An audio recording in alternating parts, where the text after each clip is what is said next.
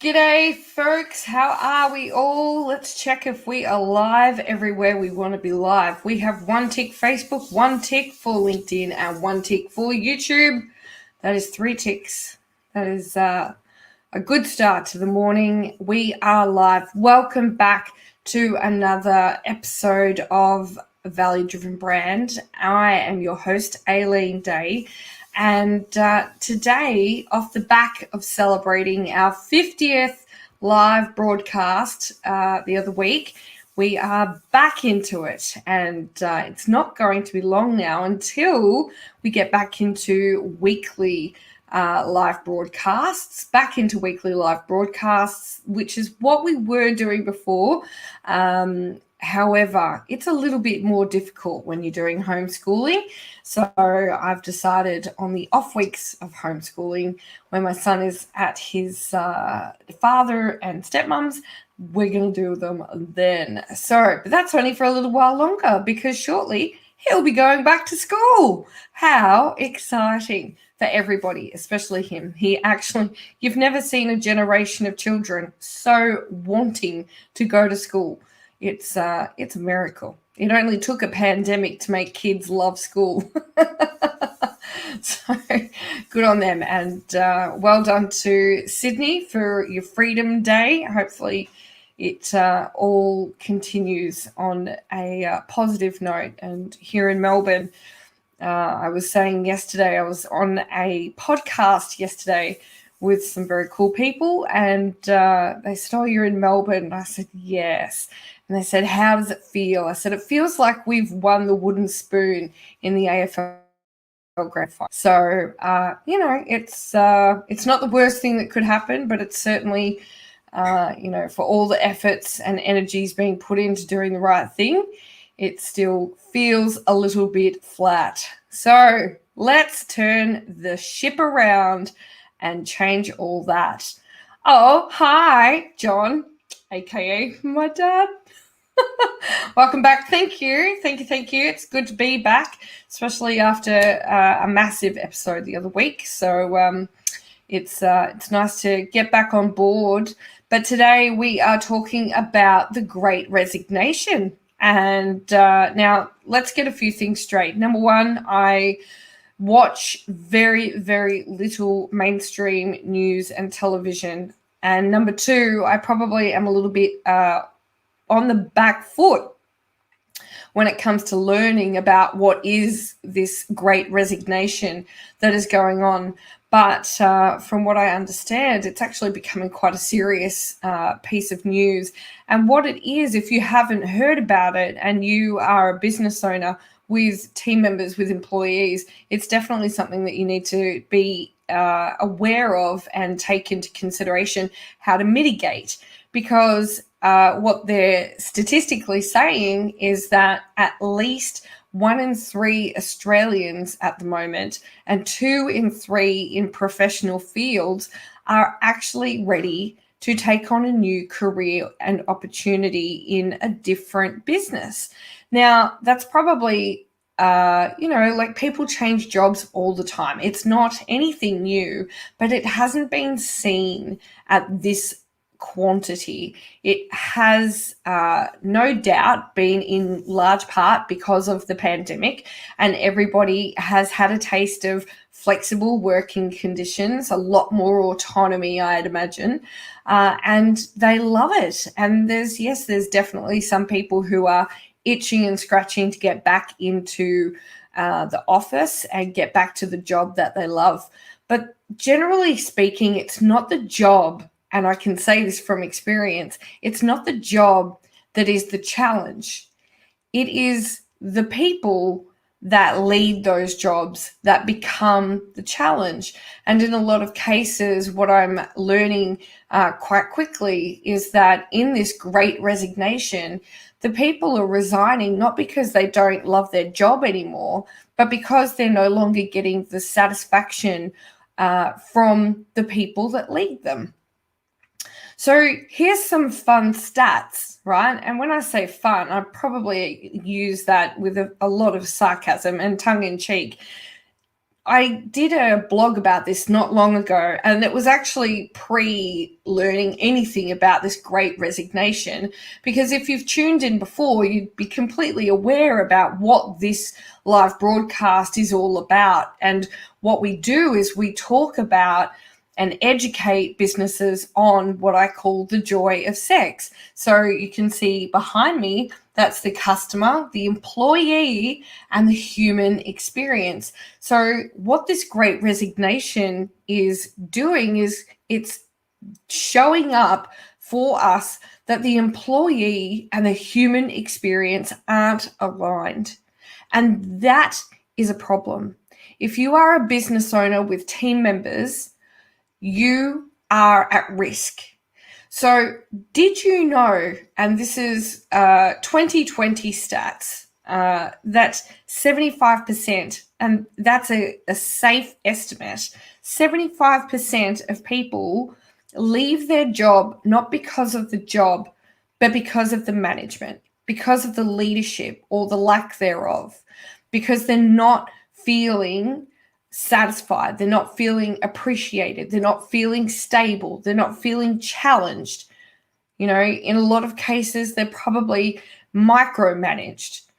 And I can imagine that for the many that have felt autonomy, working in a remote location, such as working from home, for those people who in a normal office environment or work environment would be micromanaged, that is a breath of fresh air to be away from the people micromanaging you. And I have been micromanaged, and I'm sure many of us watching and in business have felt that and have experienced that. And it's a horrible, horrible sensation. And it probably says more about them than it does you. But to be away from the person that micromanages you is a breath of fresh air, right? So the thought of going back to that, now that you've had a taste of essentially autonomy, is stressful.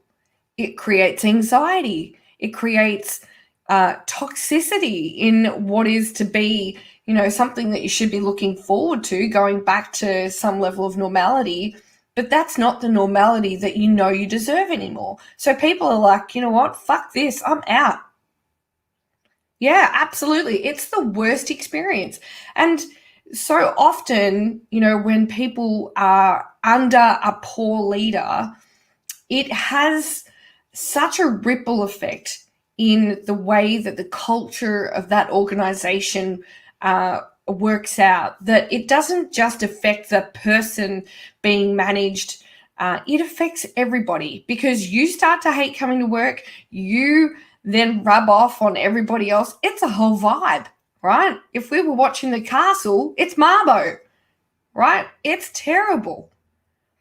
And so what I want to do in this episode is I want to give you some hot tips, and they're not expensive, right? I know a lot of people are like, oh, we've been losing money, we've been hemorrhaging money, we can't afford big luxurious retreats for the team, we can't afford to take them out for the day, we can't, you know what, they probably don't bloody want that anyway. They, honest to God, probably don't want that. But here's a few things that I think you could do as a great leader. And if you think that you're a good leader, I would say that then going and doing these particular activities should prove that.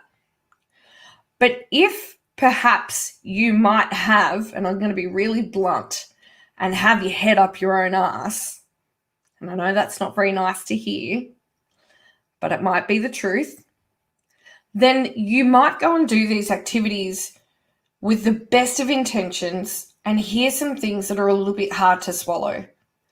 But I want you to take into consideration what it means for your team and what it means for your business. If you have to have something in it for you, have the fact that this could stop your business hemorrhaging team members. Have the fact that this could keep your business afloat as what's in it for you. But there is so much in it for your team when you show that you care. And I'll use a quick case study. So very recently, a friend of mine who works for an automotive automotive parts organization, they and two of their colleagues resigned. For the whole of the pandemic, since the beginning of last year, 2020, they have been treated like mushrooms. And if you don't know that analogy or metaphor, it's basically you sit in the dark and eat shit. They have been not communicated to. They have been forced to take their own leave to top up their pay, their weekly pay. They have been put in the dark. They have been just treated utterly poorly. All three of them are high-performing team members in that organization. All three of them are beating budgets. All three of them are, wonderful employees when it comes to culture and the things that they do for that organization without being asked and without asking for anything in return. And after nearly 2 years of being treated like crap, they finally found their own self-worth, and they were poached by the competitor because the competitor could see what amazing employees these people were. And so they didn't take the request, they considered the request and they did their due diligence and homework to make sure they weren't jumping ship to just jump into another barrel of crackers. But they did take the offer. And then the problem I have is that the company that they worked for came to their location, offered them all promotions, offered them pay rises, offered them time off, offered them everything under the sun. The problem was none of what they offered was what those team members wanted nor valued. And if you're sitting there going, oh, well, what do they want then? Do you know what they wanted? They wanted to be communicated to with clarity, with transparency, in a timely manner, with authenticity from somebody who actually pretended, if not genuinely, gave a shit. They didn't look for promotions. They love their jobs. They do. They love their jobs. The jobs that they've gone over to the competitor to do are the same jobs. So they didn't go because it was a promotion. They didn't go because it was extra money. They went because the leaders in that organization showed care. They showed transparency, and they showed it in a timely manner, which is so cheap and affordable, isn't it? Like, what does it cost to give a shit? Really, what does it cost to care about another person? A person that makes you a shit ton of cash at best, right? I mean, I don't know what it has to take for you to care. But the reality was that organization just lost 3 of their best performers in that organization because they didn't care, because they didn't communicate, because they took them for granted, because they never asked them what they needed, when in actual fact, all they needed was somebody to tell them what was going on and somebody to help them through what was happening. Because if you underestimate the mental anguish that the last nearly 2 years has caused on your team, you would be very, very naive. Because if it hasn't caused it for you, well, then you must be uber resilient. But I would say not everybody is like that. And there has been a massive, massive hit to people's mental resilience. So I'm going to go through 3 things, and I kind of really already did one of them. So the first thing I want you to do is I want you to implement feedback sessions. And one of the ways that I love doing feedback sessions is I used to do coffee with my team, and I used to do it individually. Now, you can do it in a group scenario. We always also used to do breakfast with the boss, and we would nominate 5 to 10 people to come out and we'd all eat breakfast. But that was a little bit more of a, hey, times are good and let's just chit chat, take some time off work and relax and get to know each other a bit better, which is also a wonderful activity. And I wouldn't underestimate the quality of the networking that came out of it and the relationship building that came out of it. But the reason I'm suggesting to do these one-on-one is to give each of your employees the opportunity to feel safe, number one, and it's up to you to make them feel safe.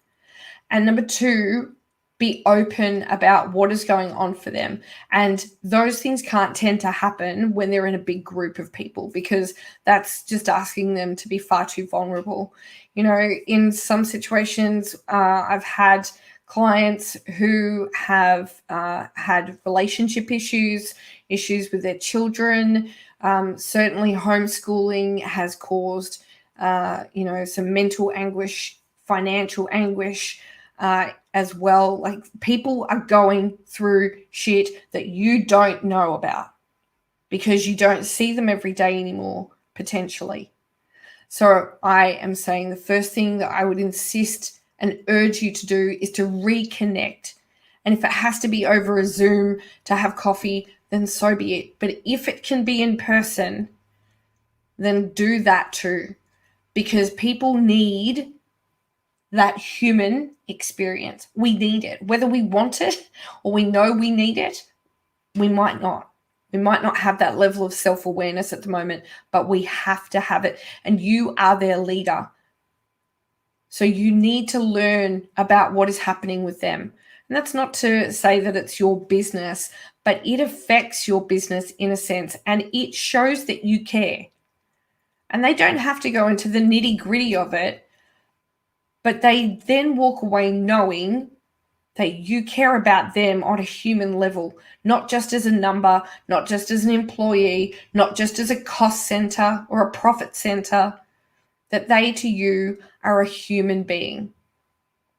The second thing that I would insist that you do to be able to not suffer from this great resignation, as it is being touted, is I want you to work with your teams around what does your communication strategy look like?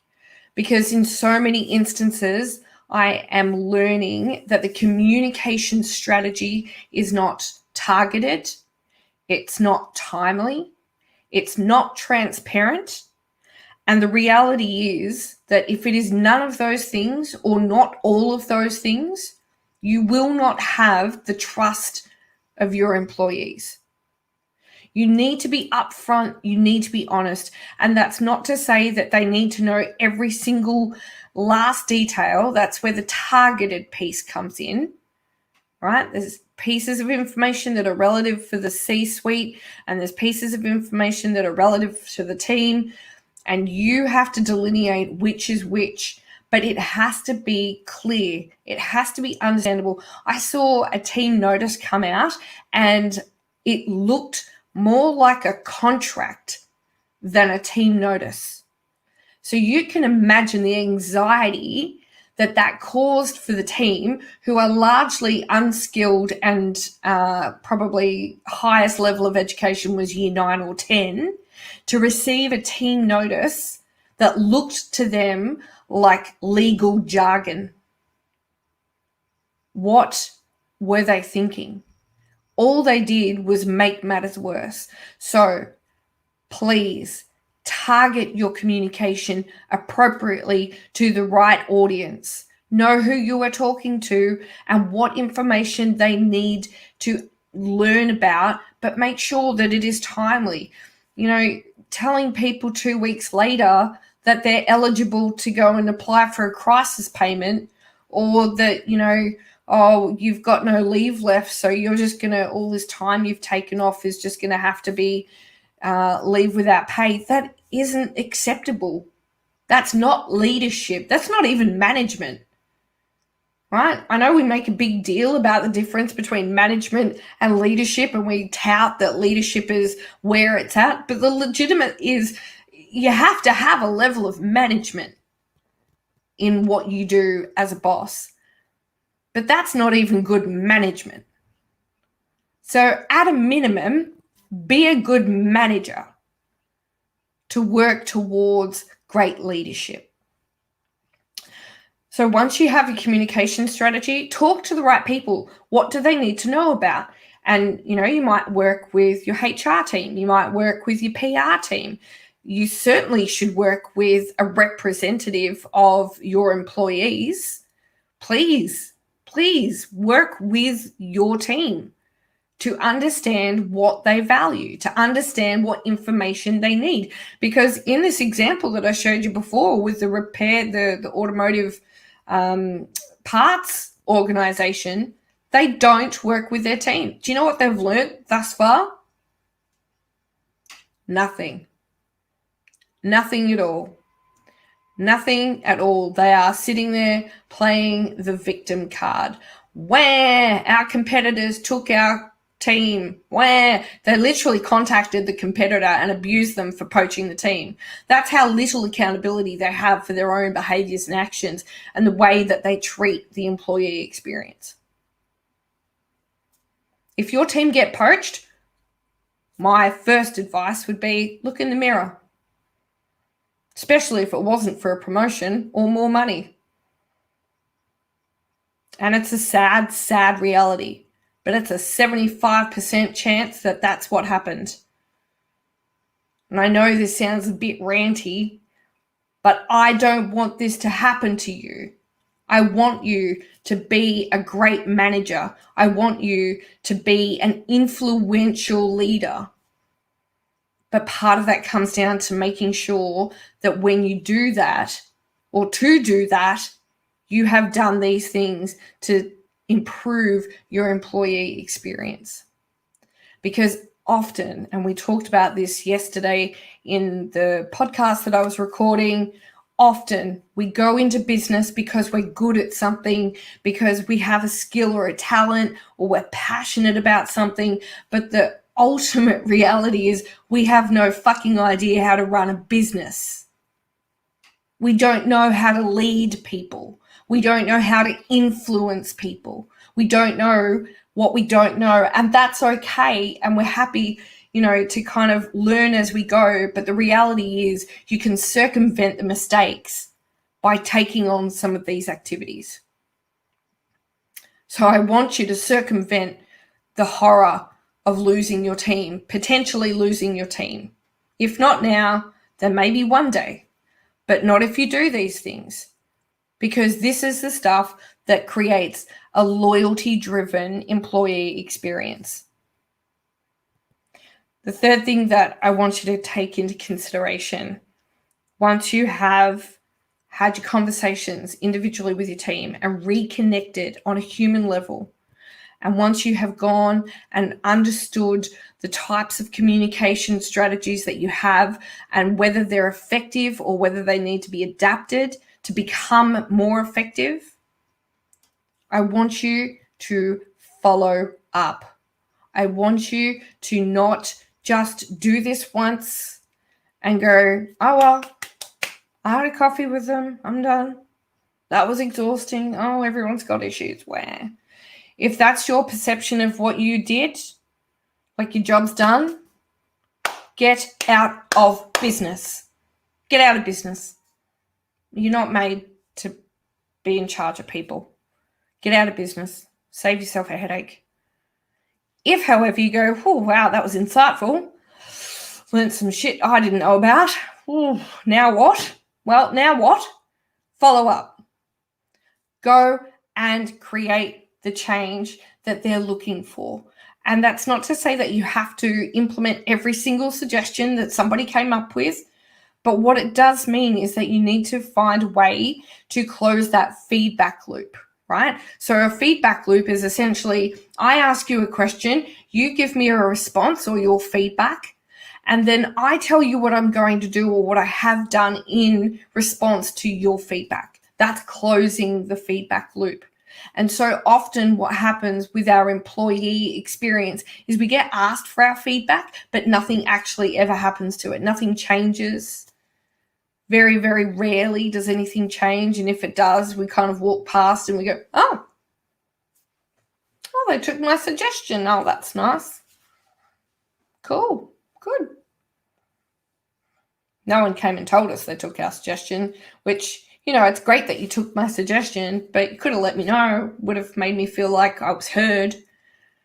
And this is the reality, is that your team just want to be heard. They want to feel seen. They want to feel heard. And they want to feel like they belong. Right? And that really isn't hard to do. It's not hard to do. But ultimately, the third thing is to follow up. Have some integrity. If you say you're going to do something, then find a way to do it. Have whoever you can help you keep track of what it is that you've told people you will do. If it's just you and a couple of employees, then find a way to document what you've discussed or what you need to come back to. But hold yourself accountable to those people, because you expect them to be accountable to you. But you certainly need to also understand that when we talk about an employee experience, they're your customer. That's as simple as it gets. They're your customer. How you treat them depends on whether or not they're going to stick around. And as your customer, you have to serve them. That's the whole point of being a leader. You serve them. And I know you can. And if you need any help, please, I would please beg you to get in touch with me, because I'm so passionate about making sure that your team feel worthy, that you help them feel like the human experience is bar none, that the employee experience is bar none, so that when your opposition comes and knocks on their door, their very first response is, nah, mate, we're good. We ain't going anywhere. And that is completely plausible when you worry or when you take into effect strategies to create a loyalty-driven employee experience. There will be no great resignation for you, my friend. I promise. Right? That is it for me. I have had my rant. I am looking forward to seeing insights into your organization and how you have mitigated being caught up in this great resignation of 2021, if not 2022. And, don't think that just because we're allowed to eat in restaurants now that it's all over. It's not. It's just beginning. So if it's not one thing, it will be something else. So keep your resilient socks up. And if there's anything I can help with, please be sure to reach out. Until next time, I'm Aileen Day. Now, go out and create value for somebody else, because what goes around comes around. Catch you later.